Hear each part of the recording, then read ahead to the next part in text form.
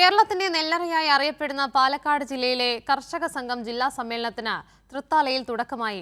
പ്രതിനിധി സമ്മേളനം അഖിലേന്ത്യാ കിസാൻ സഭ കേന്ദ്ര നിർവാഹക സമിതി അംഗം എം സ്വരാജ് ഉദ്ഘാടനം ചെയ്തു. കേരളത്തിന്റെ കാർഷിക മേഖലയെ സർക്കാർ തകർക്കുകയാണെന്ന് എം സ്വരാജ് കുറ്റപ്പെടുത്തി. പാലക്കാട് നിന്നും ശേഖരിച്ച നെല്ലിന്റെ കുടിശ്ശിക നൽകാൻ സർക്കാർ അടിയന്തരമായി ഇടപെടണമെന്നാവശ്യപ്പെട്ട സമ്മേളനം പ്രമേയം പാസാക്കി.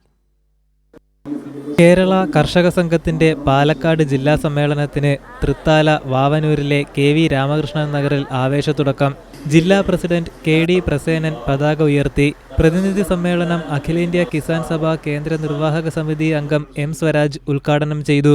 ഇക്കൊല്ലം ഫെബ്രുവരിയിൽ ഒരു ഇൻഡോ-US കരാർ ഒപ്പിട്ടു. കർഷക സംഘത്തിന്റെ പ്രവർത്തകർ എന്ന നിലയിൽ നിങ്ങളെല്ലാം അത് പരിശോധിച്ചിട്ടുണ്ടാവുമെന്നാണ് ഞാൻ വിചാരിക്കുന്നത്. നമ്മുടെ രാജ്യത്തിന്റെ കാർഷിക മേഖലയെ ഏറ്റവും ദോഷകരമായി ബാധിക്കുന്ന കരാറാണ് ഒപ്പിട്ടത്. ആ കരാർ സംബന്ധിച്ച് അമേരിക്കൻ കൃഷി വകുപ്പ് സെക്രട്ടറി ബ്രൂക്കർ ഒരു പ്രസ്താവന പുറപ്പെടുവിച്ചു. ബ്രൂക്കറുടെ പ്രസ്താവനയിൽ പറഞ്ഞത്, അമേരിക്കൻ കർഷകരുടെ താല്പര്യങ്ങളെ പൂർണ്ണമായും പരിഗണിക്കുകയും അംഗീകരിക്കുകയും ചെയ്ത അമേരിക്കൻ പ്രസിഡന്റിനെ ഞങ്ങൾ അഭിനന്ദിക്കുന്നു എന്നായിരുന്നു പ്രസ്താവന. എന്നാൽ ആ കരാറിന്റെ വ്യവസ്ഥകൾ എന്താണ് എന്ന് നമ്മുടെ രാജ്യത്ത് ആർക്കും അറിയുമായിരുന്നില്ല.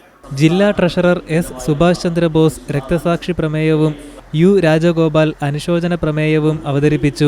ജില്ലയിൽ രണ്ടാം വിള നെല്ല് സംഭരിച്ചതിന്റെ തുക ലഭിക്കാത്ത കർഷകർക്ക് അടിയന്തരമായി കുടിശ്ശിക നൽകാൻ സംസ്ഥാന സർക്കാർ ഇടപെടണമെന്ന പ്രമേയം സമ്മേളനത്തിൽ കർഷകർ പാസാക്കി. 70 വയസ്സ് കഴിഞ്ഞവർക്ക് PRS വായ്പ നൽകാൻ ജാമ്യം വേണമെന്ന തീരുമാനം പുനഃപരിശോധിക്കണമെന്നും പ്രമേയത്തിൽ ആവശ്യപ്പെട്ടു. ഗ്രൂപ്പ് ചർച്ചയ്ക്ക് ശേഷം പൊതുചർച്ച ആരംഭിച്ചു.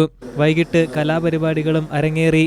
ചൊവ്വാഴ്ചയും പൊതുചർച്ച തുടരും. തുടർന്ന് സംഘടനാ റിപ്പോർട്ട്, പ്രവർത്തന റിപ്പോർട്ട് എന്നിവയിന്മേൽ മറുപടിയുണ്ടാകും. പുതിയ ജില്ലാ കമ്മിറ്റിയെയും ഭാരവാഹികളെയും തെരഞ്ഞെടുക്കും. കൈരളി ന്യൂസ്, പാലക്കാട്.